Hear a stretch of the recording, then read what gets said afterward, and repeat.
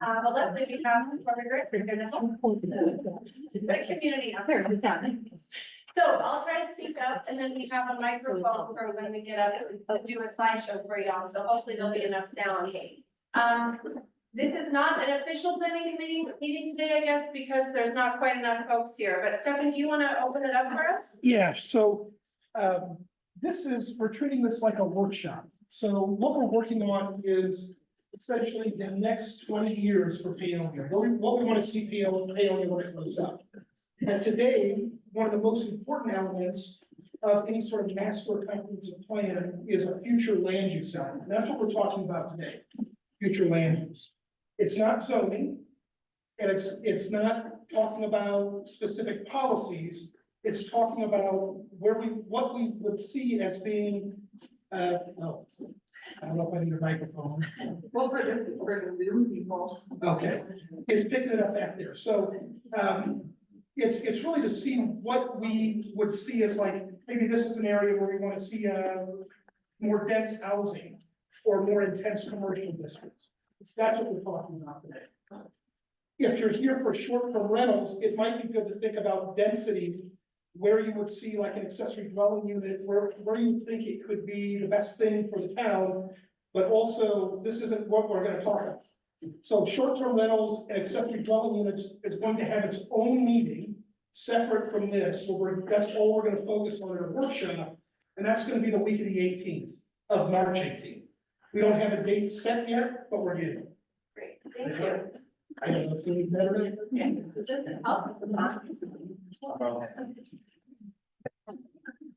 Okay, so you all have a worksheet in front of you and it sort of follows our agenda. And then you all have a map and we're gonna build up to that map.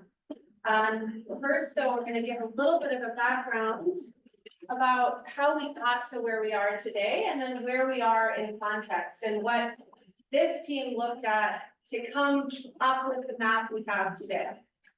All right, I'm gonna actually just, can you guys see me okay here? I don't need to stand on stage. Okay. Jess, could you go to our first slide, please?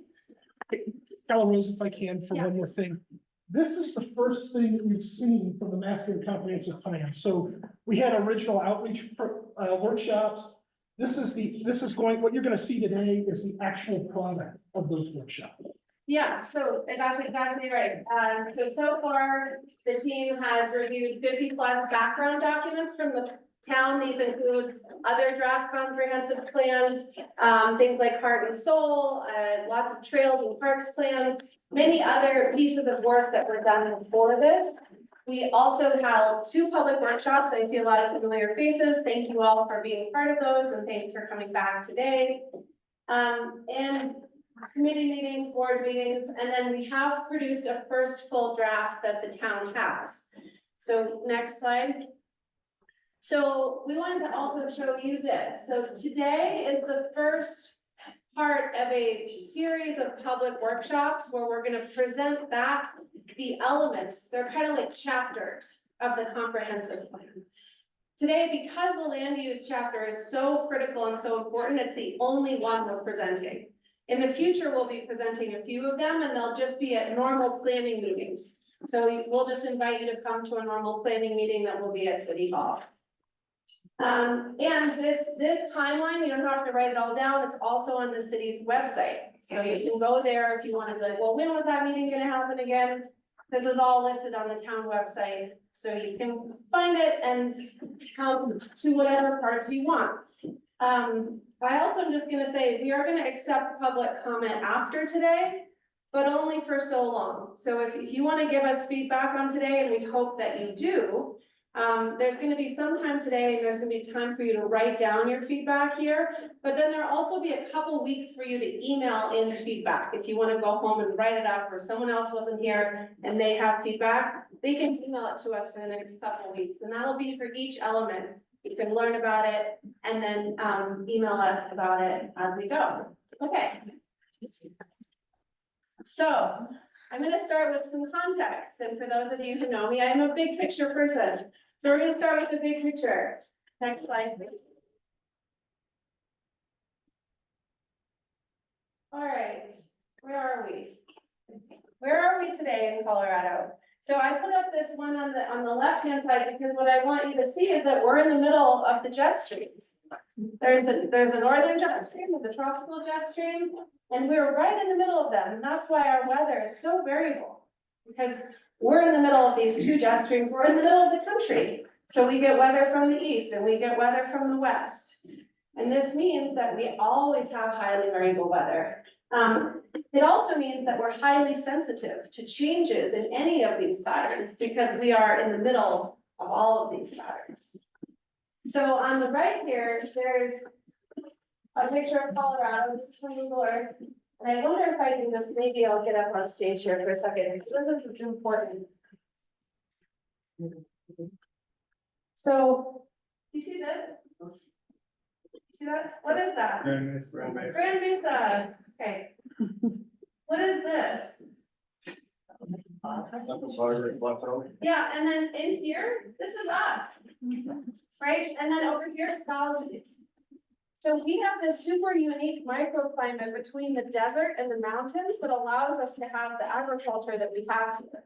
So these are geographically very unusual elements that create the microclimate that we have here in Paonia that makes Paonia so special and makes it livable. All right, next slide. Which brings us to water. We all know about water here, and we all know that we're under a water tap moratorium. So we just want to upfront address the fact that we are not proposing a lift in that moratorium today. We are talking about future growth within the context of water taps that were already approved. And should any water taps from Archpole or others become available in the future? And should we be able to find that we do have enough water to maybe approve a few taps at a time? There are some studies going on about the water system, which we'll dig into in the next public session to learn more about that. But we are not talking about lifting the moratorium. We're not talking about wholesale growth. We're talking about growth within the context of the water system we have. So these kind of wobbly, I don't know, bubbles down here in the right-hand corner, that's our watershed. That's where our springs are. And for those of you who don't know, we are a snow melt spring fed system. So our water is highly dependent on that aspect right now. Next slide. Okay, so what else did we look at when we were thinking about planning for land use in Paonia? Well, we looked at who else lives here. And what I love about this map is that it's just a lot of colors. And each one of those colors shows a wildlife species that lives here. So we have black bear, we have geese, we have deer, we have elk, those big red dots are bald eagles or golden eagle nesting. There's a lot going on. We're in the middle of a lot of migratory corridors and there's a lot of other creatures that live here in addition to us. So we also really looked at this when we were thinking about how do we live here and how do we grow in a way that works with the other things that live here. Next slide. All right, natural hazards. Well, it's a big windstorm last night. Wind is definitely one of the big hazards for us. Especially in a changing pattern of climate, winds are projected to continue to be nice and strong with that. What we looked at here was, where is there a floodplain? Where might there be landslide areas?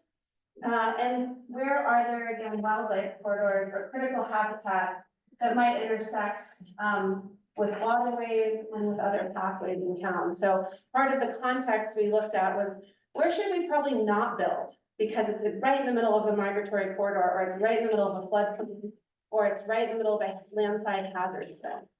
Next. This one, we're gonna get into more at a later meeting, but we also thought about mobility, movement. How does Paonia move now? How does it wanna move in the future? Those little triangles that are pink are the gateways to town.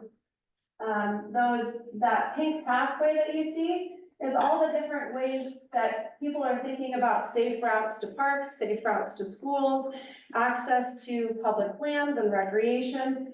Again, this is just a draft. This is not, we're not saying this is the safe route. We're just saying we read all these things. We saw all these things. This is some of the context we thought about as we put together the map that you have in your lap. And you can see the BLM land on here as well. Okay, next one. We're almost done. Okay, what other context do we have? Well, we have governmental context. We're in a county. And so we wanted to look at, well, how does the county think about us and how we should grow? How is the county thinking we're going to grow?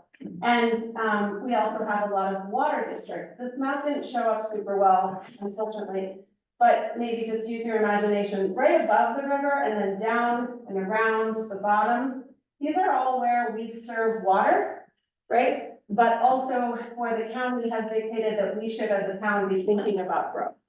So not just in Paonia proper, but in the areas around Paonia where Paonia is also serving water. So that's some context that I want you to keep in mind today. And then there's, of course, the land use zoning codes, which some of you might be familiar with, that have county designation. All right, last one.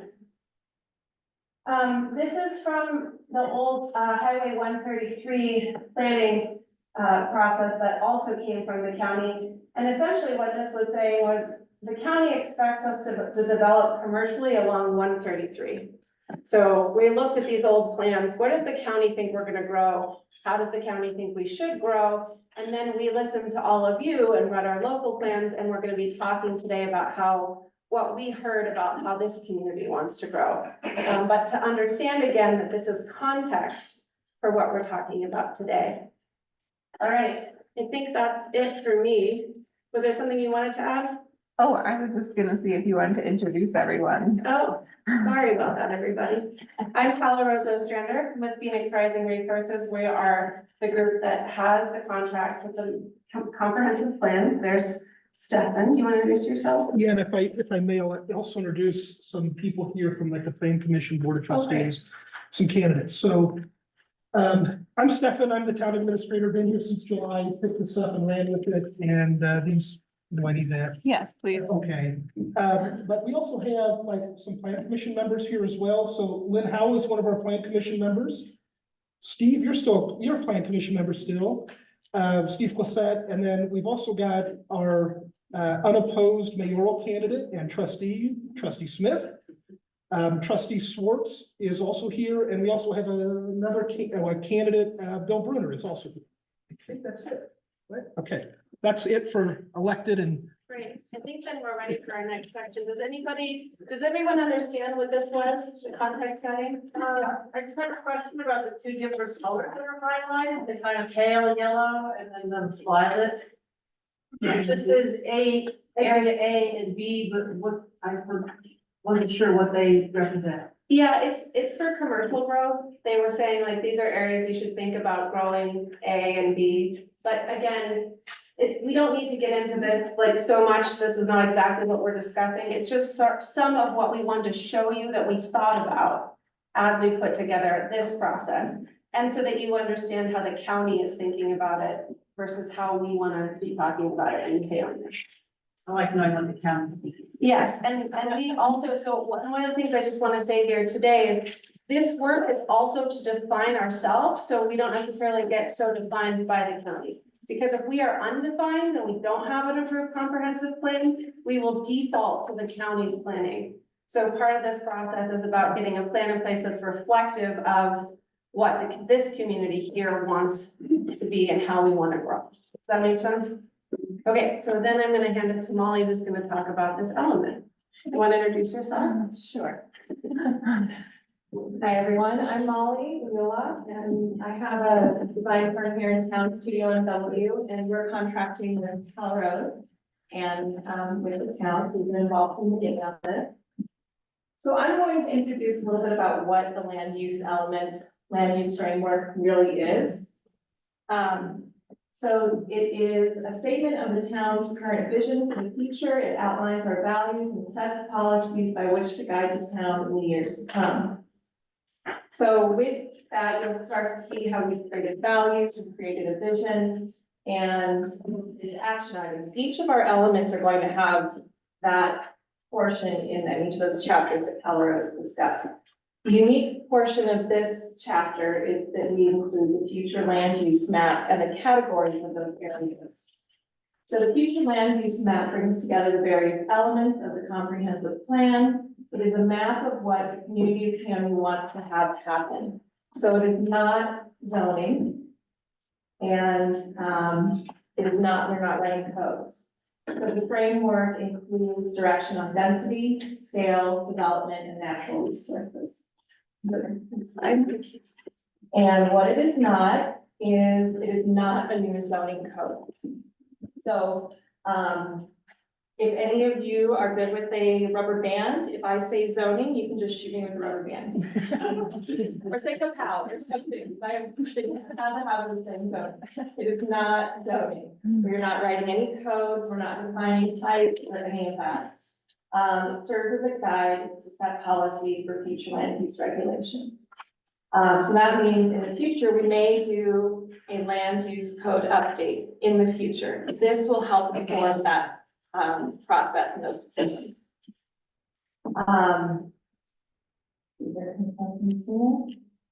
And also the land use framework is not parcel based. So when you look at this map, you might see that an outline is near your parcel line. We're not talking about individual parcels here. We're talking about areas of the town, sections of the town. So we can kind of speak generally here, but feel free to have any questions if you do about some of those delineations. So next one.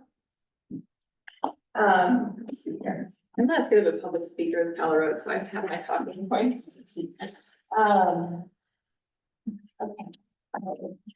Vision. I'm using everyone's packet, so. Yeah, great. So what I actually want to do with the vision and the values, because this came from our public workshops before. This is our vision. This isn't my vision. It's something that we tried to glean from all of you. So what I would love to do is if we could go sentence by sentence, maybe, if somebody wanted to read the first sentence. Bill, it's in your packet. Would you like to read the first sentence? Canyon's rural character and slower pace of life are interconnected with the landscape, the seasons, the thriving community life. Is that what you meant? Yeah, that's great. Michael, would you like to read the next sentence? Yeah, urban agriculture thrives. The community feels connected to the surrounding farmland and natural landscape. Great. Karen? Wildlife corridors, greenways, and view sheds are protected and cherished. Wonderful. Kathy? The town contains walkable, That's great. it contains walkable tree-lined streets that surround a small but vibrant historic downtown. Wonderful. Bronwyn? The historic core neighborhoods are celebrated while gentle growth harmoniously adds to the character of the town and provides housing for all walks of life that make up the diverse local community. How do we feel about that vision? It's ideal. And that's what the vision is. It's not just what we hope. It's what we believe will happen, and that's what we're doing here. We are setting this in motion to be the future of Paonia. So this is our vision. What I would encourage you to do, so we can just keep rolling, if you have some thoughts on that vision, please write them down in the borders of your page, and hopefully you guys will drop those before you leave. So if you have any thoughts on that, please, give us some feedback on that. So then our values are next. I'm gonna do the same here. Elizabeth, would you mind hitting the first value? Open space, agricultural land, and interconnection with nature. Shirley? The town's rural character and historic heritage. Sorry, I can't read it that far back. Michelle, would you like to hit the next one? Clear landings for a growing community. And Kathy? A diverse and accessible community comprised of all ages, incomes, family status, race, religion, or creed. Thank you. So again, these values are for land use. That means that there are other values, of course, and the vision is as well for land use. We have vision and values associated with each of the elements. There might be values you recall being a part of land use in our previous meetings. Those values have found a spot in another section. One specifically that came up repeatedly was walkability. And so that now is a part of infrastructure, and that's something that Calrose touched on. So we heard you, that is important, but it's in a different section. And I think that's it for these two. So our next section is we're going to talk about policies and actions. And Shay's gonna dive into that. Thanks, Molly. Hey everyone, I'm Shay Coburn. I'm with Urban Rural Continuum, and I have just been brought on board with this project to kind of help with the end. Our little small consulting firm did the housing needs assessment and housing action plan for Paonia. So if I look familiar, hopefully that's why. I just want to talk about policies and actions. So like Molly hit on, every section, every element of this plan will have some policies and some actions. They'll have all these elements within. This gets really confusing because there's all these layers, right? We've already talked about a vision. We've talked about values. Now we're going to talk about policies, and we're going to talk about actions. So policies are defined here in your worksheet. They are there to provide guidance for decision makers. That could be your board, your staff, your planning commission, and that's day-to-day decisions or larger big picture decisions, like what large planning projects should we take on this next year? Well, let's look at our comprehensive plan and see what it outlines, see what's important. And it also can help inform some kind of nitty-gritty stuff. So like say a community group comes to the town board and says, hey, we would like the town support for Project Z. The town board can look at this comprehensive plan and say, that really is in line with a couple of the things that we want to accomplish and we want to do, or wow, that's really nowhere in our plan. And this isn't something we can support at this moment. So it's that guide, that kind of big picture vision. That's what those policies are. Does that kind of make sense to you guys? At least for now? Oh, great. And then actions, these are really specific steps. So the idea is that we're kind of getting closer to the ground. We have this vision, this ideal picture. We have our values. We have these policies that are a little big picture, kind of help guide, and actions are the to-do items. How do we actually get there? Together, both of these are supposed to help the town achieve the vision and the values. So again, we're only talking about land use today, but as you see each and every element come, there will be these levels for every item. Next slide, please. So the policies, this is where I think we get into some fun. I'm not going to read these to you. They are on your worksheet, but I am going to give you a couple minutes to read this slide and the next slide. There are 8 policies. They're not necessarily in any priority order. They're numbered for our own reference and ease. When we talk about them, you can say, hey, what's up with that number 4? And get into it. And let's see, I'll let you guys read through those for a second. They're on your worksheet. They're up here.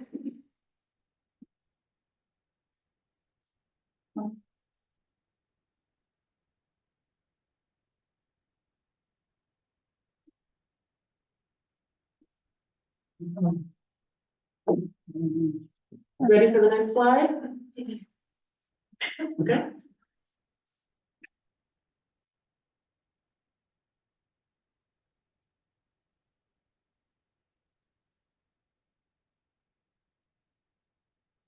Okay, well, we might have to flip back and forth, but again, these are on your sheet, so if you want to talk about one in particular, let us know the number.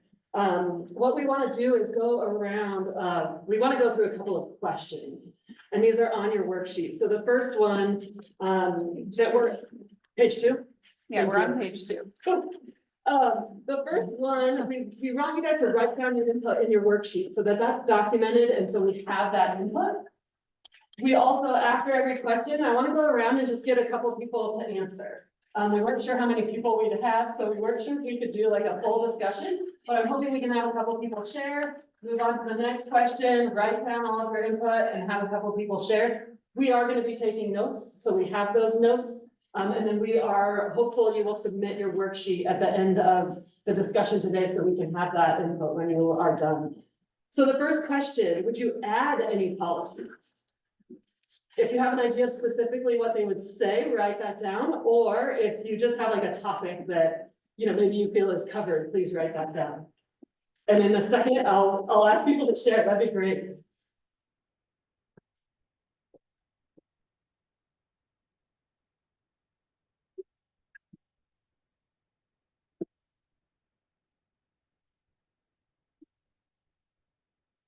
Anybody eager to share? Yes. Maintain Paonia's dark skies status, so that if a Home Depot goes up in one of the Delta County pink places, all their lights have to be off at night time, and no parking lot lights on either. Great, thank you. Yes, in the back. I'd love to see something about oil and gas development. Okay. And not favoring that. Really clear.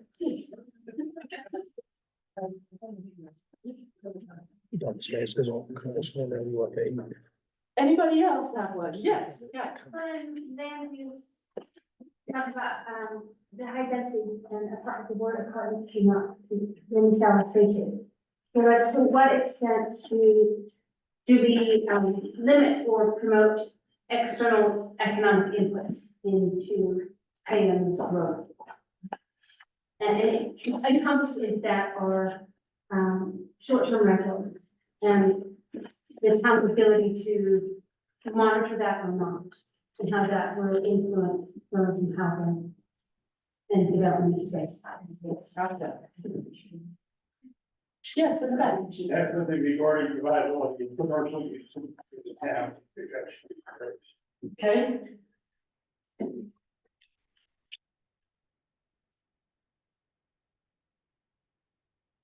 Great. Okay, so the next question, yes, one more. There's hundreds of acres of land around the town of Paonia that are tied to the old company water taps that will someday probably be developed. Is it conscious that you've not addressed any of those areas around town here? Did you answer my question in the question? No, not in particular. So growth is, we talked about this a bit yesterday internally. It is not conscious that we didn't talk specifically about those properties. A comprehensive plan, I would say, is typically a lot higher level than that, where we're not talking specifically about different properties or different situations like taps that the coal mine owns. So that's really probably why it's not addressed in here, is we're kind of zoomed out from that, not getting into how exactly the town's gonna enforce any future short-term rental regulations. That's, that's probably detail that comes later, but hopefully that answers your question. The UGA though. Sure, yeah, so there's the map that Kelly Rose presented. It's in black and white attached to an old document, so it was pretty hard to read on the screen. Yep, that's the one. So the town of Paonia, along with all other municipalities within Delta County, have an intergovernmental agreement with the county. So like the city of Delta has one with the county of Delta, Hotchkiss has one with the county. This is the map that comes along with that IGA, the intergovernmental agreement. These are fairly standard documents, but the idea is that counties and towns recognize that the border of a town isn't always a hard line, meaning eventually, someday, you might want to annex that land, depending on what it is, what its future use is. Generally, towns tend to expand and get a little bit larger over time. So this document covers what's gonna happen in this area outside of town boundaries, so technically within the county. But, should maybe have some coordinated review. So what this intergovernmental agreement does is it defines this, GMA, so we're gonna overload you with acronyms. It's a growth management area. And it's this really light gray that's kind of around the darker blob in the middle there. And what the agreement says is anything that's happening there that's proposed, we're gonna talk between the county and the town. We need to have a conversation. It goes into details of what that means and when and who it's referred to. But the idea is, hey, if someone wants to do something out here, we're gonna have a conversation about it so that the town has some input, because it does affect you all when the county develops right outside of your town boundaries. These have been slated to be updated with towns. So one of the major kind of policies that we thought as an internal team after we put this together might have been missing was talking about growth and the need to update the intergovernmental agreement with the county, the need to update that Highway 133 master plan, which someone over here asked about the areas A and B and what this map is, that also needs to be updated. Those were all done in 2011, 12, 13, I think. So they're dated. They need to be revisited and refreshed a little bit. Yeah. What about finding a legal way to prohibit eviction of long-term renters in favor of short-term? Yes, we can write that down. It's probably a bit more specific than a comprehensive plan gets, so don't be surprised if you don't see that wording exactly reflected. That's kind of in the figuring out the details of the actions. Yeah, but we'll write it down for sure. Okay, so another question on the policy. Yes, but Lance, one more thing, of all the eight, that are still here, that are here, yes, I'm not sure that they get at our, need to preserve and protect the town's source water for our drinking water, which is on federal land. great.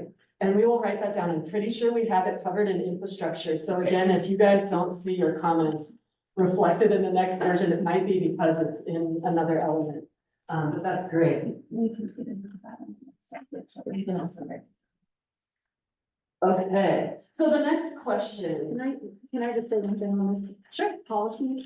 Can it be stated clearly to preserve what we have, take care of what we have before anything else? Would that follow within these policies or? Yeah, I guess, maybe tell me a little bit more about what you're thinking, what we have in terms of character and vibe, in terms of building Take stuff. care of, the watershed, the utilities, the people that already exist in town, before we start figuring all that other stuff out. Annexing development, it's like, take care of what we have. Yeah, Sustainability. I think that's what I meant with the short-term rentals, is that it's not, yeah, the wording like preserving the community that's already here, that's putting their information into this, but a lot of people are getting priced out if they're not already settled in. It's really sad to see that. And I think that would be easily integrated in a policy that it's part of the role and character is made by the people who are invested in it. Okay, yeah, I think that, number one, if you go to, thank you. Preserve the character while balancing the need. I think that gets at that, but we could probably strengthen that a little bit. To strengthen it. Yeah, yeah. Because there's people existing here that have been born and raised here, that for some things that are coming down the pipe, won't be able to keep their house or stay in Paonia. So I think in a way, if it's a bullet point policy, that everything is referred to from that, that's a good thing.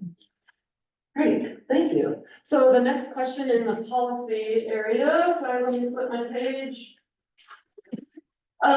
Would you remove any of these policies, the ones that are existing? Are you feeling like any of them don't really matter, don't work? Write your answers down, but also a couple people want to share if you have any to share. And Okay, then last question on this, any edits? So we kind of just got into one, so thanks for kickstarting that question. Any edits, any you'd kind of modify, take out? Some word feels funny, or maybe it's missing something? I'm just wondering what, to clarify the word affordable, because to some people, $325,000 for a house is affordable. For other people, it's absolutely out of the picture. No, that's great. Any other clarifications, edits? Okay. I was gonna say promotion of, it's more of a policy, but promotion of arts and music and cultural activities and the policy. Great. I will just say also that is in our economic character and development section as well. Yep. So thank you for that and thanks for the comment. I'm realizing this is gonna be really helpful because before we even get those the other draft elements, we'll be able to like add a few things, so that's great. Yes. So it's kind of interesting because there's this funny kind of tension between affordable housing and ADUs. Because the question is, what are we talking about as far as affordable housing? Are we talking about rentals? Are we talking about affordable housing that's if you want to buy a piece of property? Because when you start adding ADUs to pieces of property, you're going to raise the cost of that property because all of a sudden there's an income potential on that property. And it might put it out of the range of many people who are lower income where they can't buy anymore because there's so much ADU development in the town. So I hope you keep that in mind while you're looking at ADUs. Yeah, and we're not specifically talking about ADUs in the comp plan, Yeah. but that will be something the town will be looking at separately, as Stefan mentioned. I think I was March 18th. fluttering around. The week of March 18th, and I'll be part of those meetings as well, so we'll definitely be talking about the nitty gritty. I just saw a lot of ADU stuff on page 5, what distributed to different areas of town, and that's why I Yep. brought that up. That's great. Yeah, I think we're gonna talk about that when we get into the future land use map. So that's great. That will be kind of the second session. And then, I'm sorry, I'm bringing things up, and, I don't know, it probably doesn't fall within the comprehensive plan. But another kind of interesting thing is, we kind of are controlling growth outside of our boundaries, in essence, because anybody who's on the town water system outside of the water company is supposed to get a building permit when you remodel or build a house outside of town. And I know we can't control people outside of town with our land use regulations, especially, way up toward the mountains. But, in a way, it's like the town would know if they started enforcing that building permit thing. It's like we're enforcing growth, but not in the text of the master plan, if you know what I mean. Because I don't know, right now we have the water moratorium, so, people can't just do as much building as they want. But I don't know if you are aware of that, ordinance, in the water ordinances that discuss the town, having some sort of a kind of input on building outside of the town, but not really within the context of contract. But I don't know if that should be acknowledged in any way. Yeah, where I think I would put it, just personally, but we can figure this out. To me, that's part of the discussion with the county and updating that intergovernmental agreement between the town and the county and having those discussions. So like, you can do all sorts of stuff. But some communities decide to create like a joint planning commission. So any review of anything in these areas have to go through a different process or require building permits at certain instances. So that would be something that you would need to coordinate with the county. But I think what we've realized is we're missing maybe a little policy or action on needing to have that bigger discussion about growth. What does that look like? And probably something maybe more appropriate to do once some of the issues and progress is made with the water moratorium. You'll be better informed to have those conversations with the county. Okay, so I'm gonna hop on. Are these urgent about the policies? I want to make sure to get to action. Specific about policy. Okay. We also have notes from people. Yeah, are you guys writing this Are down you, too? we're gonna take all of this, Okay. everything I that mean, you do write wanna down. Talk about this, or are we moving on? We do, if you can be super quick, like a minute. So policy number 2, approach development with clear and consistent regulations and procedures that are effective and fair. I think it really needs to be interjected there with strong awareness of the town's existing resources. That's nowhere in the policies, right? Really be clear. And you wrote that down? Yes. Okay, And thank then you. also, policy number 7, protect key wildlife habitat and riparian corridors. Now, you know, that's nice to have it written down, but like, are we really wanting to do that? There's potential development going on in, you know, habitat of that yellow-billed, bird. And it's like, how are we gonna weigh that in? If there's, you know, if there's habitats that are wanting to be developed and there's these animals and all of this nature and watershed that are going to be, it's gonna be detrimental to that. So how do we weigh in, however you wanna say Thank it? you. Yeah. Yeah, thank you. And yes, I lived in Boulder during the 70s, 60s, 70s, 80s, and 90s. And, the growth started out with allowing ADUs and constructing the backyards of houses. And then it just grew more and more and more, and they, you know, pretty soon they were putting apartments in the backyards of single family neighborhoods, and it just, they talked about smart growth and gentle growth and all this stuff. And it's just horrible what's happened. It's just absolutely horrible. And none of the Front Range, Denver, Aurora, where I actually grew up when I was a child, none of it was affordable. And they kept saying, well, if we thought build, because if there's more supplies, then the price will go down. Well, it didn't go down because more and more and more people just came. And so it's totally unaffordable. It's really horrible. It's like a concrete jungle in Denver. And that's about all I have to say. okay, thank you. So we really need to move on to actions. Come on. Is the concept of growth paying its own way passe these days? No, a lot of communities choose to do Maybe we that. should put that in. Sure. Okay, so we're gonna move on to actions, and I'm not gonna make eye contact with anybody. So on the actions, thank you for the slide. I'm gonna let you guys read these for a second, but we'll just dig right in again. We have them, 2 different slides. There's 8 of them, I believe, same number. 7.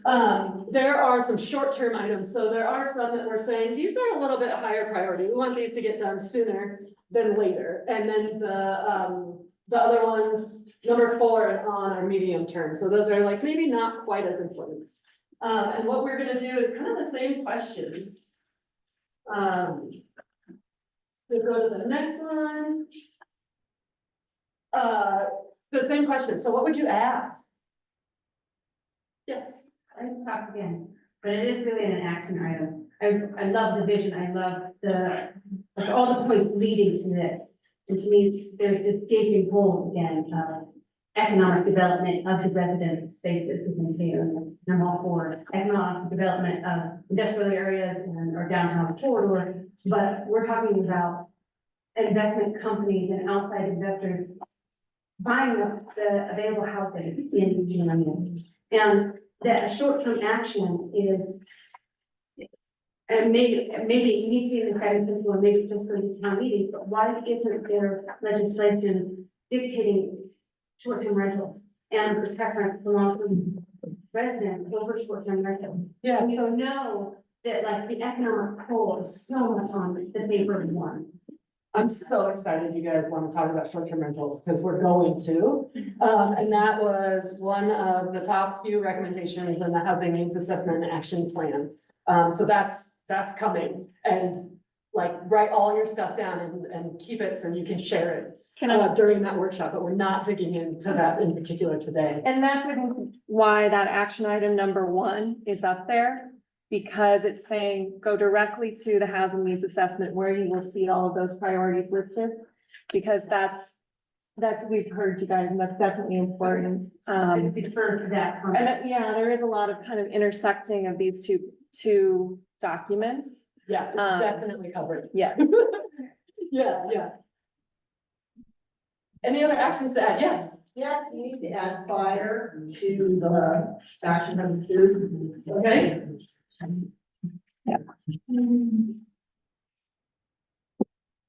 That urban wildland interface is actually a document that directly responds to fire.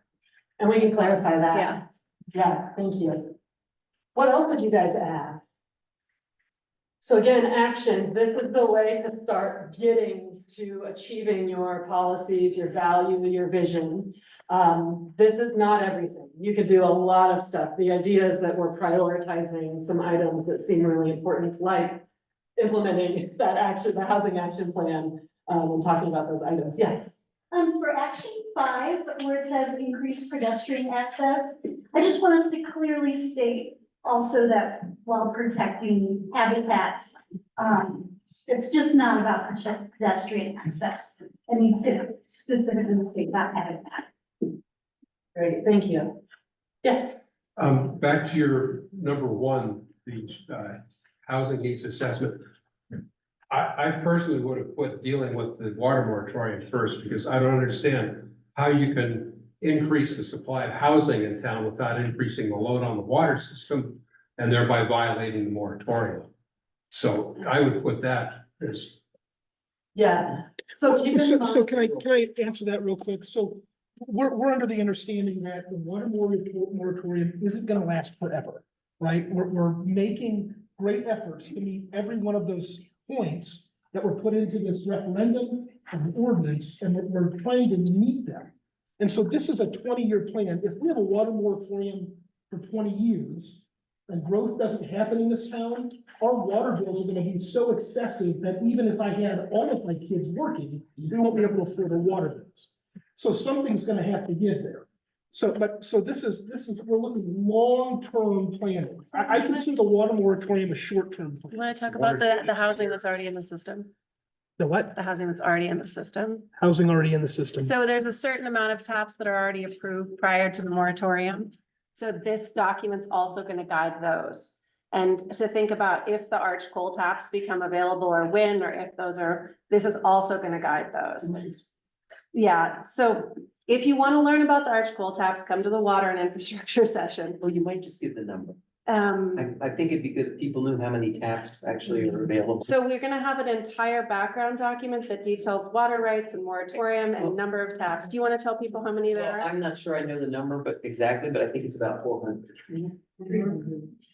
Is that right? I'm gonna take over. Yeah, and so this is actually, we knew that this would come up, right? Because we can't grow in a big way under a moratorium.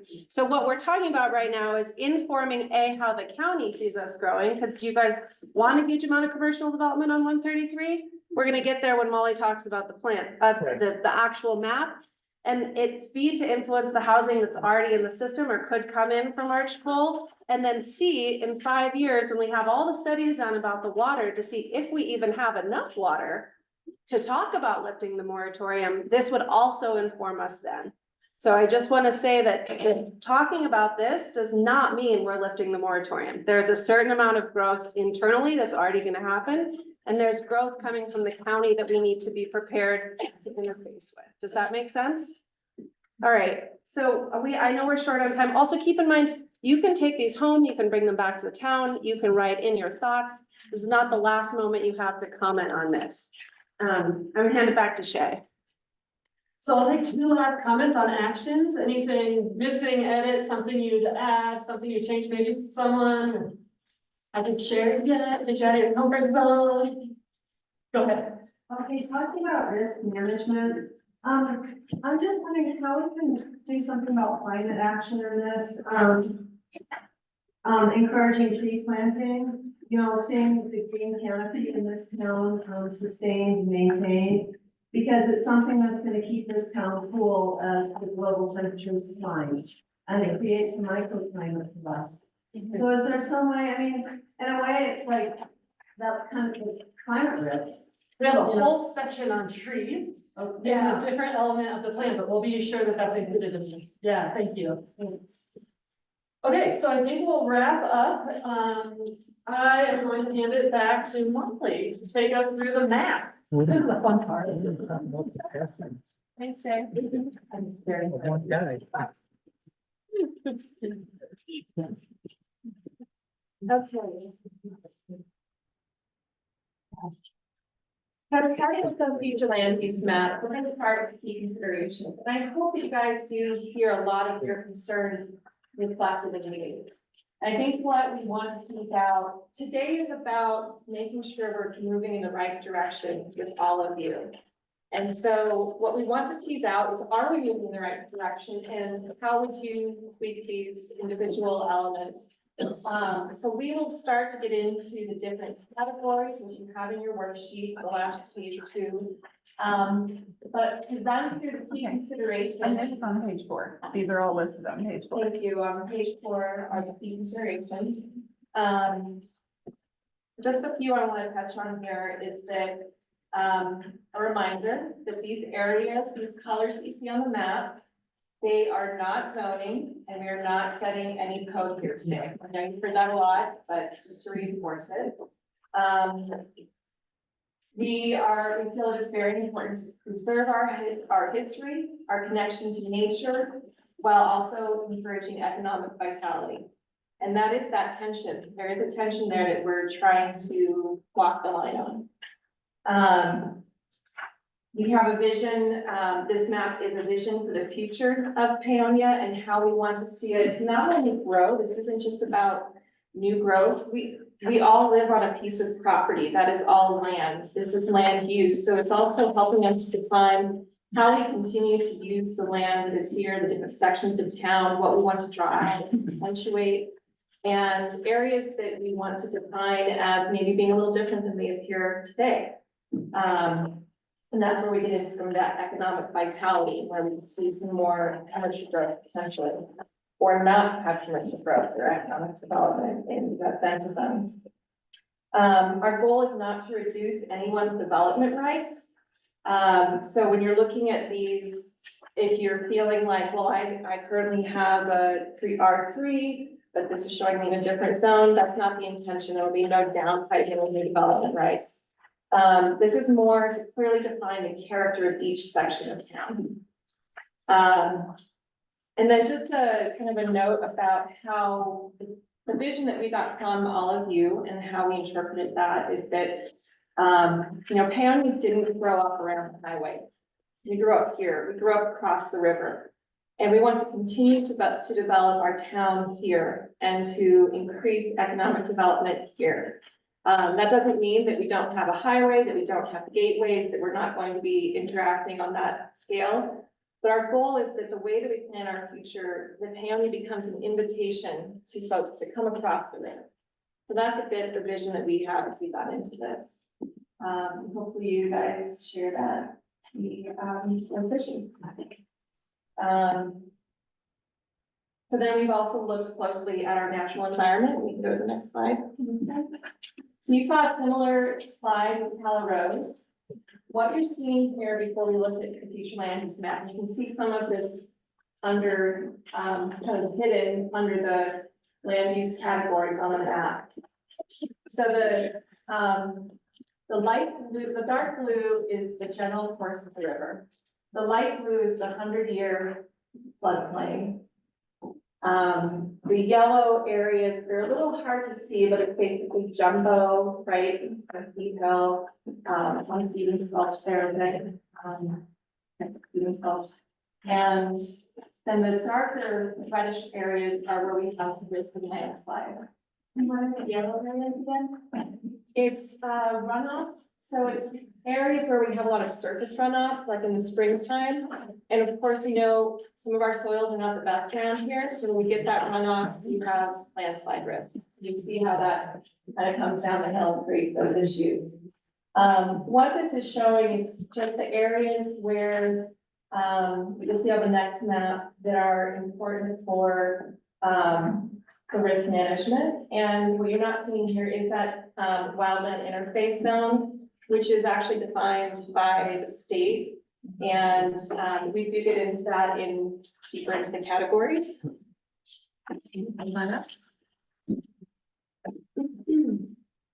So we can go to the next map. This is a little cleaner version of what you have, remove the risk areas. And so what you can see here is, it's a little hard to see, but hopefully you're familiar with the town boundary, which is kind of moving all around there. And then the rest of it is part of that UGA zone. So what we are sticking to is existing town and the UGA. And so you can kind of see where the UGA B and UGA is, that we looked at. That's what, and it says that here, UGA. Right. So, If you want me to point out any specific things with the cursor, let me know. okay. I'm here. I'm sure I'm putting everything there. Yeah, so the town boundaries, so the zone A and zone B that we're looking at, generally, just kind of vaguely, the zone A is a little bit higher density of commercial development potential. That's pretty obvious around our gateway zones. So something that we heard a lot of was we wanted to preserve connection to agriculture, which is both the use of the land, but it's also a visual experience as you come into Paonia, as you drive by on the highway, as you come down those gateways. So most of the area that within the UGA, we have defined as urban farmland. It's coming off a little light in our key there, it's the bottom one, but it's actually the darker green zones. And those areas are defined as being able to have residential, being able to have farms, being able to have cluster development. It's not that there isn't development in those zones, but it's about preserving that agricultural view shed and connection to our agricultural. So I think the best way to go is the same way that Shay went through these. I know there's a lot of categories here. I don't know if everyone had a chance to read through them. I think what I'll do is I'll just hit on each of them, give you a minute to look at them. And then we'll go through and talk about the same kind of questions, what we want to see different, what's missing. So we have the downtown commercial core. Downtown commercial core. And that speaks to really wanting to centralize our economic development where it already exists. We've all seen communities where they end up developing outside of town. They end up developing along a highway, as you pass through town, and their historic districts just become empty. And you lose that economic viability of our community here. So that was the most important core that we wanted to focus on.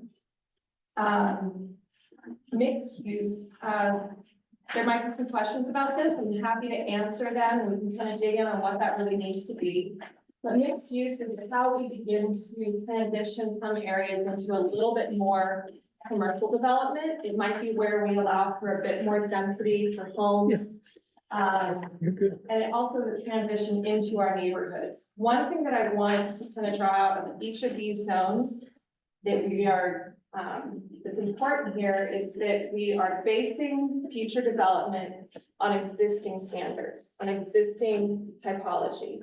So when we're talking about residential neighborhoods, we're talking about continuing to develop single family home styles of lot development.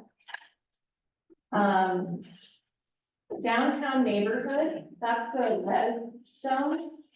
So those are areas that are already zoned R3. So that's actually why you see the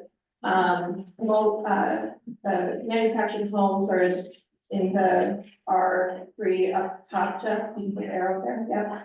So that was along the lines of not wanting to down zone any of our existing zoning. I just said it. Wow. I just want to clarify for a second. The reason why it's important to understand is that what is chosen here will influence the zoning that takes place later, right? Do you all understand that?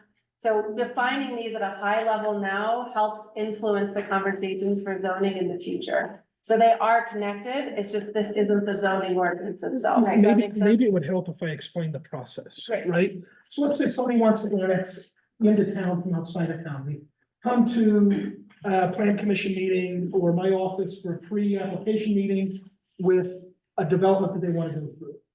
And they're proposing, let's say in this UGA zone A, they're proposing heavy industrial, right? They want to build a heavy industrial park to make, I don't know, toilet fixtures or something. But they want to bring this into this UGA zone A.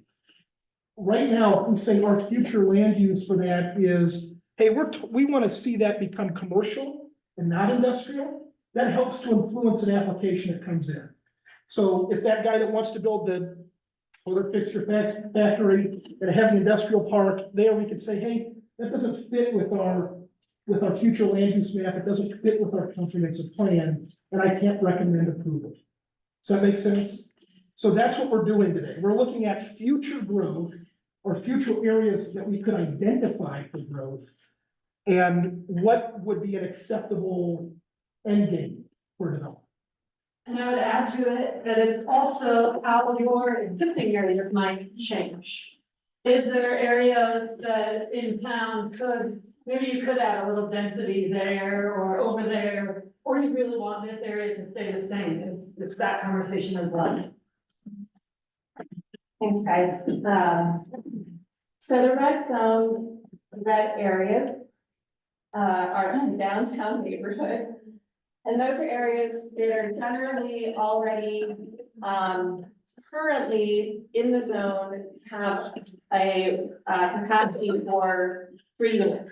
So we have a little more density already in this area. We also see this as kind of a part of our historic core.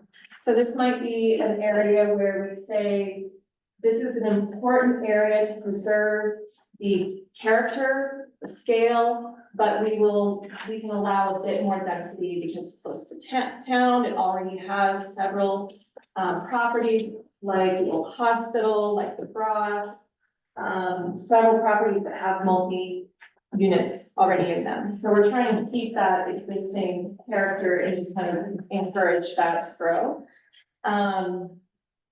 The town original neighborhood is, I think, what we all think of Paonia, which is that orange area, and that's around the park. That's a lot of still quite historic homes. And I think from my perspective, architecturally, we live in a really beautiful town with some great historic architecture that I love, and I hope that we continue to preserve and celebrate that. So that's a lot of what that the town original neighborhood represents. And then the traditional neighborhood, as we've called it, is smaller, larger lots. Yep, yellow area. These are generally larger lots. They're newer developments in town. They're areas where we could see what we've talked about as gradual density, gentle density. And these are all things for us to talk about today. If there's we don't want to see any duplexes in this area, we don't want to see any ADUs, those are things to raise your hand about. If you see an area where it does make sense for that development to happen, we want to have that conversation today. So this is just how we've defined it based on our past public comments. And then the last two categories here are conservation neighborhoods, such as like the Big Vista, Hawks Haven, and then urban farmland is that green that we talked about previously. Those are areas that are currently being used agriculturally that we'd like to preserve as much as possible while not limiting those property owners from developing residentially and some commercial growth in those areas. But focus primarily on that agriculture. The other areas that you see in there is the urban growth area, which we've discussed. The 3 mile plan area is not showing up here. Colors, do you want to actually, let me do shade. Question, could you speak to the 3 mile plan? Yeah, sorry, I was being stuck to that, back the door, just get a little bit. I'm guessing super quickly, so communities generally have to have a 3 mile plan in order to do any annexation, so let's update that every year. And keep that updated, it does not mean that every, piece of land within a 3 mile area will be annexed. It's that you have to address the potential annexation of that area. You could say, we don't want to grow, this is our boundary, this is good, we're cool for 5, 10, 20 years, we'll revisit that. But Yeah, stay quickly touching on what we've spoken about with the IGA Intergovernmental Growth Agreement, intergovernmental agreement, excuse me.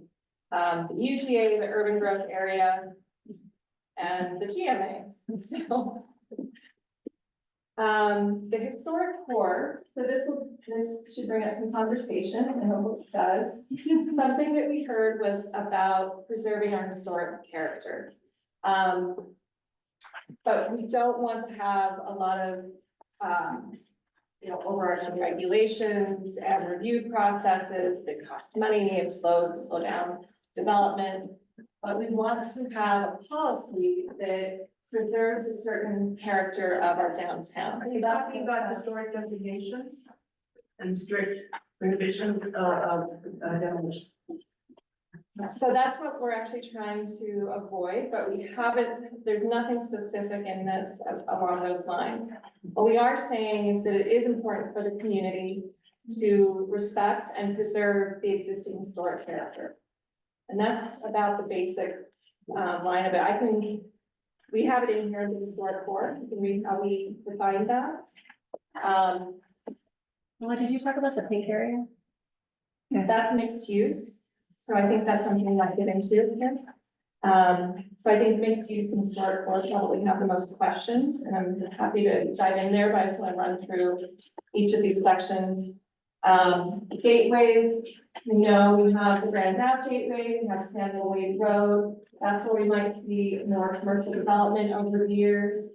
Beyond that, it's also that introducing or inviting visitors to come into town. What does that look like? What does that feel like? What kind of an emphasis do we want to put on those areas? Wildlife and river corridor. These are areas that are important for habitat. They're also critical for risk management, and we also care about access to the river. And the natural hazards, I think I touched on those earlier. We can address any questions, but now you see those in the other bubbles there, the kind of brown bubbles. Right, so that's flood and the landslide. And then fire, generally, when we look at the urban wildlands interface, which is, it's basically standards for how to work with properties that are near open space, whether that's, say, up on near Jumbo. We also have some areas that are high risk around the hill. Those areas where there's a greater risk, and then in those areas, we might see in the future potentially some regulation about how we'd like to see people protecting their properties in order to protect the rest of town. So that's how we manage the fire risk. So going to our questions. Page 4. I think that maybe generally I'll just ask if are any general graphic questions that you might have. Is there anything about the map that feels a little confusing that I can help clear up before we dive in? Lauren? Yeah, the land area around Mountains Lane, was there a specific reason why that's not also urban farming? I'm sorry, I didn't hear that fully. The land and area around Matthews Lane, is there a reason why that's not included in kind of the urban farming zone? Right, so we primarily focused on the town boundaries and the UGA. Okay. And so we did not look in the areas up on the mesas generally, right, or out Blackbridge Road either. So the UGA is that section, and I know Morgan, you just stepped in here a little bit recently. The UGA is a part of that IGA, which is the Intergovernmental Agreement. Okay, quick refresh for Morgan, everybody. Yeah. It's kind of 133, Highway 133 National. Just curious. Thank you. Any other traffic question? Maybe. In the strategic plan, we talked a lot about like biking development, and would that fall under this, what you're talking about right now? Is that in the plan somewhere? It is actually in the transportation Oh, okay. section, is that right? Yeah. So if we didn't want any development, didn't want any more annexation, didn't want any more commercial sites, this is the place to put it. Yeah. I just have one other quick thing. Yeah. Like, is the code gonna be, this, because there are some places that don't make sense, like the trailer park up there by East Park is zoned R3. Yeah. And it's like, that doesn't make any sense, does it? So, okay. Just, I think that's something that when we get into zoning, we can look at.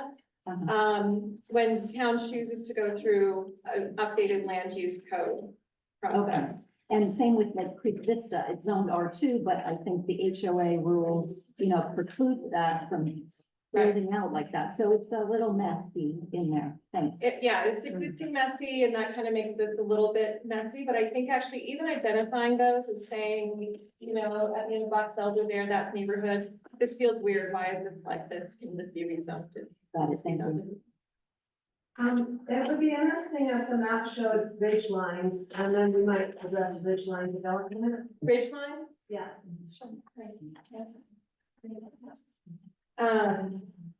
Okay, I'm gonna start in on our questions here. So of our categories, where are areas that need to be preserved for open space or agricultural use? Are there places, we've got we have a lot of urban farmland zone, categories. Kaboom! Like the urban farmland category takes up quite a bit of space. I think what we want to identify is, are there areas where you feel we really want to preserve a certain viewshed?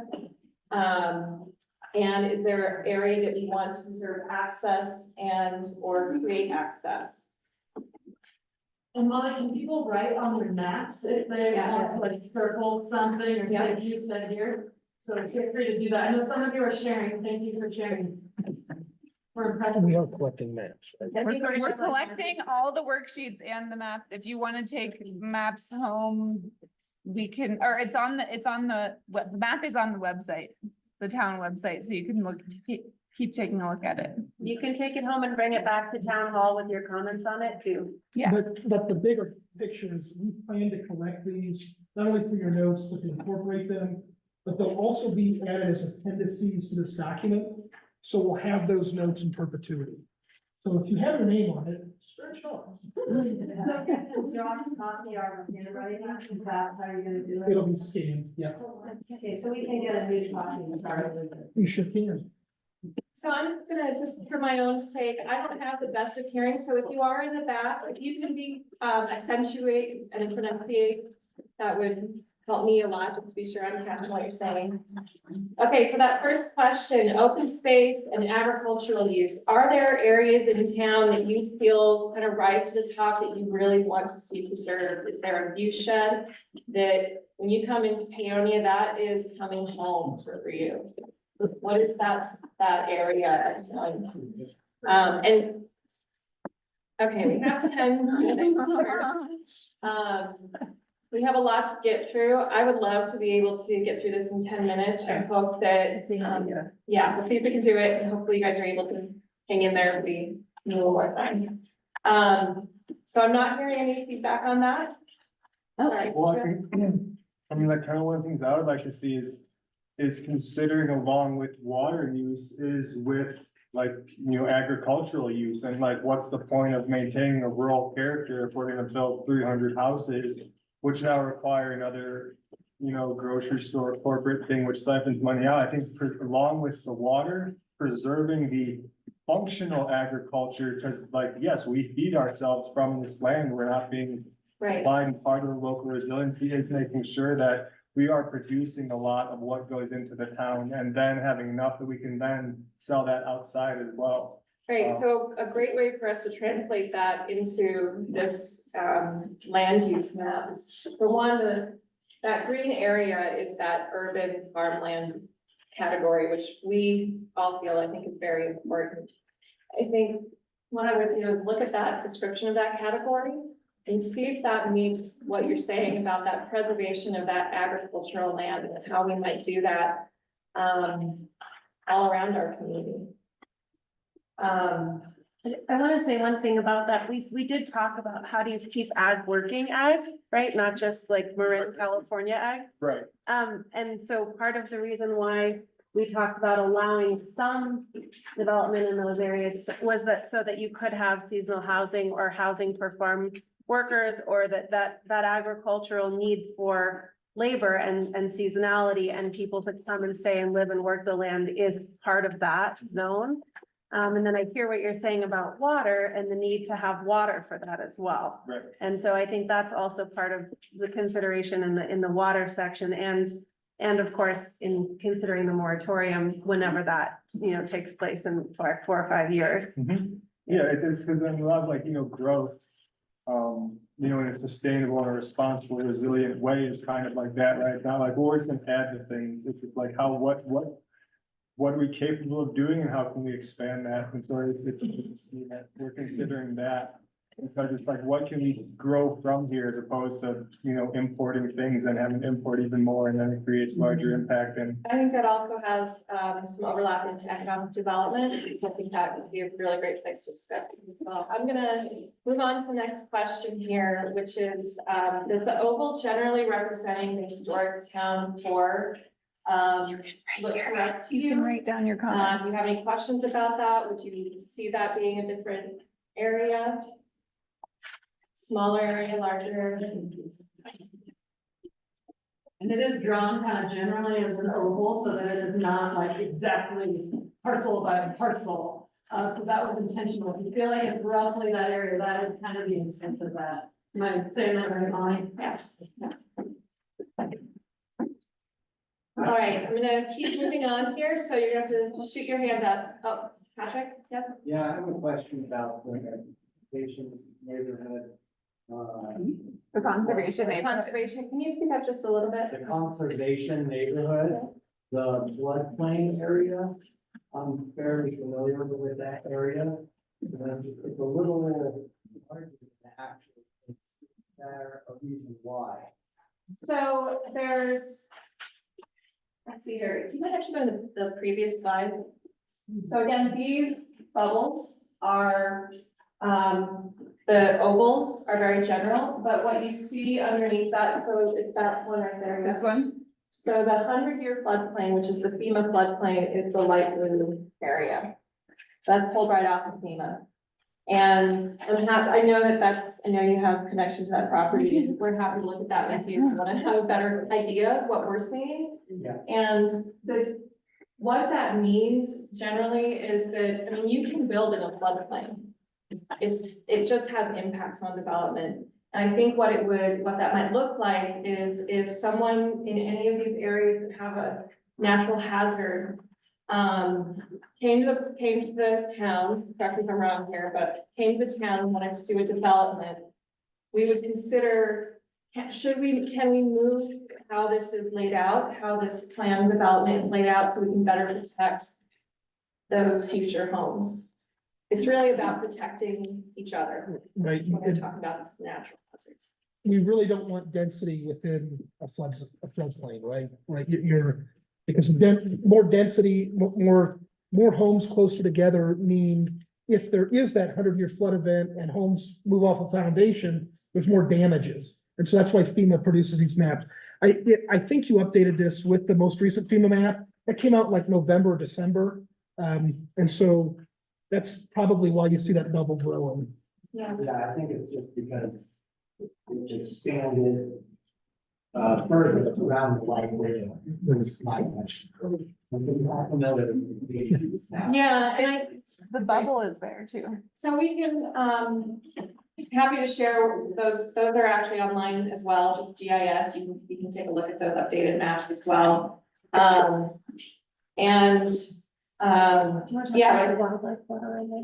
That's the other thing, the conservation neighborhood. Yeah, Right, we got a lot of our questions here. So, I think we already talked about that on the open space and agriculture. So just if you guys do have any other feedback on the wildlife habitat, the river corridors, and these risk management areas, please jot them down and happy to hear more about those. Right now, I'd like to shift over though to our residential density questions, which I think is a pretty big one. Let me just state the question here real quick here. So, where do you see residential density being added within Paonia, and what areas should not have increased residential density? I know that this is a big one, so I just want to draw attention to, we currently have allowed density of 3 units where you see the red, and generally, 2 units actually where you see the yellow. Molly, to call, is that per parcel or is that? Per parcel. And that's currently how we define density.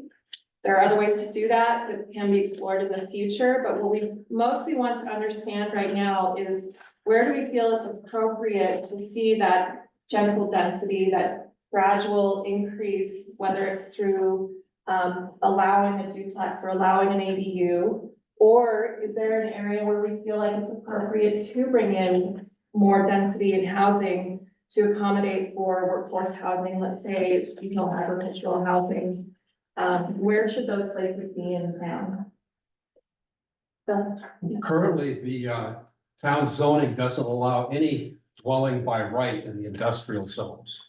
And that's, and it's an impediment in a way. On the other hand, a lot of people have just lived there. I personally have been living in an industrial zone since before there was zoning, so I'm grandfathered in on that. But I have other property that's zoned industrial, and I have water tap.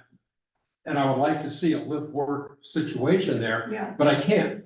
Because the zoning is so outdated. I'd like to see a recommendation to allow some dwelling Yes. within reason in the industrial zone. Thank you for bringing that up, and I think that leads into the mixed use, which I think is worthwhile to talk about within residential density. There is not a specific industrial zone or area category here That we're proposing. We're proposing a mixed use area. So that is that live work, it's that light industrial, it's kind of covering those areas that we already have that is, say, Chrysalis or High Country Printing, it's your home, it's the fire station. You know, there's a lot of areas in here where we can start to develop a little differently, but allow for that housing to also take place. Please. So, great. That's that pink area. That's Mountain Oven and that, yeah. Right, in the Linden Building, yeah. So, and it's also the, Silver Lake. Yeah. So any other comments on density? I know that walkability is covered in a different place, but I would love to see some compatibility between walkability and added density. In one of these meetings before, we were talking about Samuel Wade Road out and where the old, water treatment plant was. I don't know if the town was that, I thought it was dark blue at a different map. But, and there's also the proposed riverfront trail addition going to the library, and it butts out right there. And it just seemed like this very natural, open place that's undeveloped that could feed into a high density or mixed use situation. Anyway, I'd just like to see the walkability overlap with residential density increases in the name of sustainability. Absolutely. So I think you'll see when you read the categories for both mixed use and for the different gateways, you'll see that walkability is really important, even if we add density in commercial in certain zones, especially in that mixed use core where you're gonna have people who have that live work kind of feel. And it's important to be able to walk to all of these different places. And we want to put emphasis on pedestrians, you know, over vehicles and on sidewalks and safe pathways. Any other comments on 2 minutes? Okay, really fast. Any other comments on density? Okay. See here, moving down, the downtown commercial core and mixed areas allow for commercial growth and more diversity of uses. Is the mixed-use area reflective of where you would encourage more commercial growth and other diverse uses?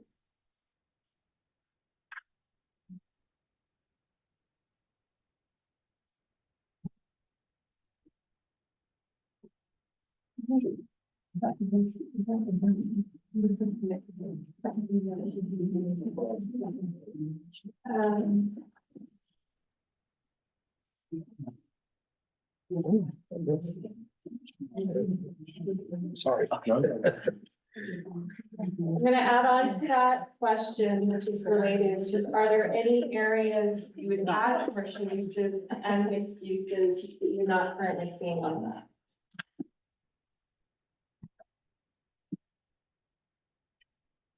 Just move that mixed use line, we'll probably down towards the tracks. So the mixed use is actually the light crossing the tracks there. I think we might have missed your property there, but Well, I was thinking, what's the brown T on its side? that is the downtown core commercial. And so part of what has that to you, again, going back to that not wanting to downsize anyone's rights, that's already existing in commercial.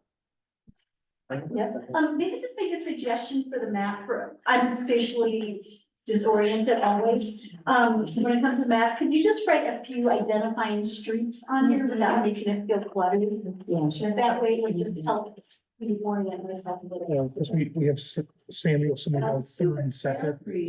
As industrial. Could you say that again? There's a boundary. I don't see it identified as industrial. Right, that's in the UTA zone, right? You're talking about?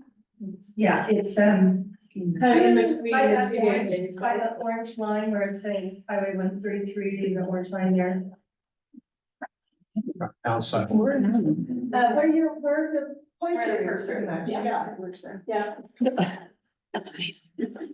Anyway, just, that's also. Because I was looking for, I'm looking at currently undeveloped properties that are in mixed use. Because I think that light industrial makers spaces really need to be encouraged, and because that's what brings tax base in and actual real jobs. So I see a lot of places that are, currently occupied by whatever they are, and along where the lumber is and stuff. So that seems right, but it would take effort to transition to the light industrial. Where, and so I'm glad to see the old, in one of our gateways, I forget, we used to call it the spring pond, okay, so I've been here that long. And I look forward to that becoming something vibrant and useful rather than. So just, can you say where that is? Because I'm not sure familiar with that. It's, what would you call it? It's south side, the old sewer treatment plants at the Samuel Wade Bridge. Here. Right, and so that's identified, yay, and that makes sense. Anyway, I just noticed that the boundary wasn't on there. So would you propose a mixed use moving further across the river? Is that what you're? No, what I'm saying is I'm glad to see it identified at all. It's a very difficult, zoning or, land use to go and plop on to a current residential area or a current ag area or a current whatever. But and so I'm glad that you guys have eked some out because I think it's super important for the vibrancy and longevity of this town. And so I think you've done an okay job about identifying the potential areas. And the boundary wasn't on there. And, because. Would you propose us putting it on there? You can if you want To be identified as current industrial usage. Okay. Well, we're not, yeah, so it's not currently in the town, but I think that's great. So if you wanted to write that down as part of the right, as a designation. Okay, I saw you raise your hand. Do you have? I'm wondering if that side was a brown inside. The sewer ponds, I believe that it's developable, but I'm not Yeah, I'm not sure. we do need to wrap up. A couple more minutes, a couple more questions here. Yeah, well, if we're talking about properties that are outside of, you know, in the county currently existing and proposed potentially in the next 20 years, are we talking about like the weeds? Because I believe they're on our sewer system and they're, so are we thinking of going that way as well? So if we do get down near there with that UGA area, we're not going quite that far, but you can see the, I don't think we're there. Why aren't we? Right, so that goes back to the 3 mile plan where we do create that intergovernmental agreement. But would you propose adding it to this? Because that would help with negotiations with the counties. So adding further, yeah. I mean, I'm not the one proposing it. if you're dreaming big, I guess it's okay to have. Yeah, if you're considering commercial property on, 133, if you put here that you've outlined the wildlife corridor in the, dotted blue line, but actually the wildlife comes down from the mountains. So any commercial property on the 133 would mean that that would stop the wildlife coming. This is the elk, the bear, the mountain lion coming down to the river to drink. They'd have to go through, the Home Depot parking lot. Yeah, it messes up the migration corridor, which we want to preserve. So when we're thinking, so that's why I'm against the commercial. So I think that's great to identify, especially along that 133, and this goes into the IGA, the intergovernmental agreement. And defining areas where we think we do want to allow some commercial development to happen, and areas where we don't feel like it's appropriate. And that's great to give that feedback, and that's a bit why that most of the UGA is in that urban farmland category, with that idea that those farmlands are what allow for that wildlife migration. So preserving that is important. Can I make a point though, when people do urban farmland, first thing we do is put up a 10-foot fence. And then you're trapping wildlife on the highway because there's no pathway for them to get to the river. You know, when you want to protect your orchard, your crops, typically people do huge fences. And that will come into play when we start to look at, you know, land use regulations. And so I think, what I would say is an important aspect of that urban farmland is that we recognize that it's also wildlife corridor and habitat, even on ag. And so if we readdress the land use code, then that is where you can start to specify fence heights and things like that. So not within the comprehensive plan, but this can inform that future change. I'm gonna take one more question. Anybody else have feedback or a question that we can address? Here? I'd say that urban growth area is misnomer. Instead of urban, but something like, rural, wildlife, rural farmland, something like that. Urban residential farmland. So we don't actually define that, Stefan, I think Stefan said. So to be clear, the UGA, that urban growth area is actually the county's designation for that area. And they're saying, we've designated this for you, Paonia, as an urban growth area. We want it to grow up around the highway. So with these negotiations that I'm gonna have to enter into in the next coming months for an IGA, that intergovernmental agreement with the county, I need to know what we want, right? And if we don't want this to be a intense commercial area, we need to know that. And so one of the questions I'm gonna pose to you for your feedback, let you think about it. Do you think that these future land use designations that we have up on this form are accurate, or do they need to change? Is there something that's missing?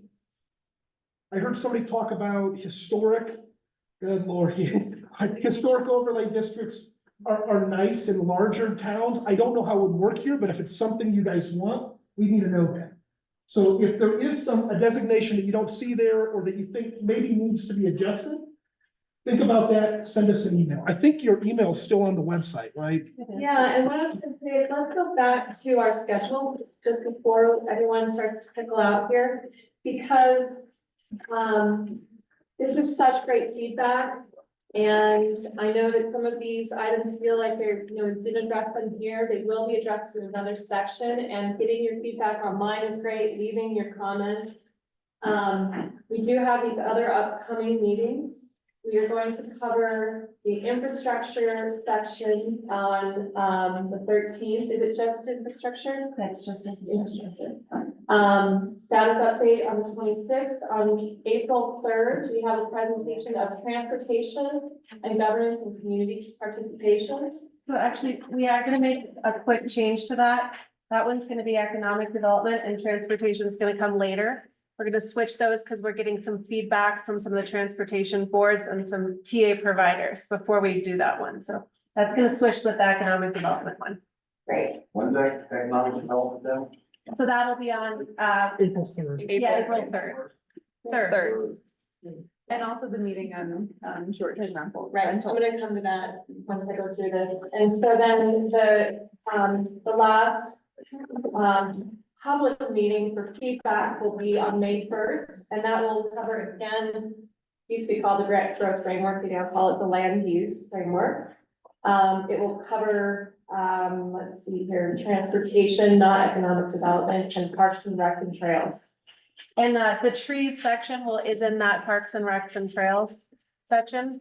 We might move that back to infrastructure, but if you care about the urban forest and trees and green spaces, that will be in that last section.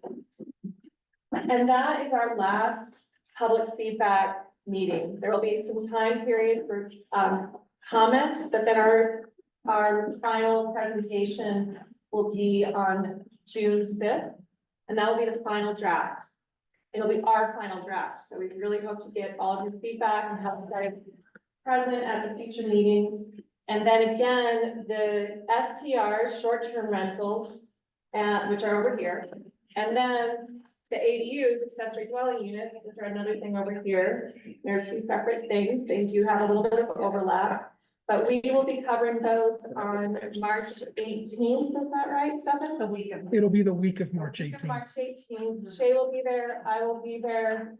It'll be a conversation for us to really dig in and understand those two areas, the differences between them, where they overlap, and how they can start to inform policy and even regulations. And that's within that pretty That's just for our city, that's just for our town. And so that STRs and ADUs meeting is where you're seeing actions from both the housing assessment and the comprehensive plan come into being. So what we're doing today is beginning to have an impact on how we're moving forward right now. And I think that's really exciting. I think that's what we want.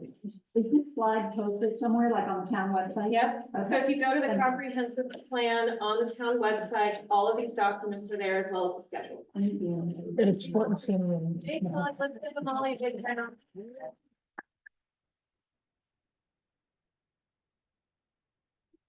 But Shay has graciously agreed to hang out with anybody who wants to talk for the next 15 or so minutes. If you want to sit right and talk to Shay. Otherwise, please leave your comments at the door or bring them back to town hall. Thank you, guys. Hey, sorry, just a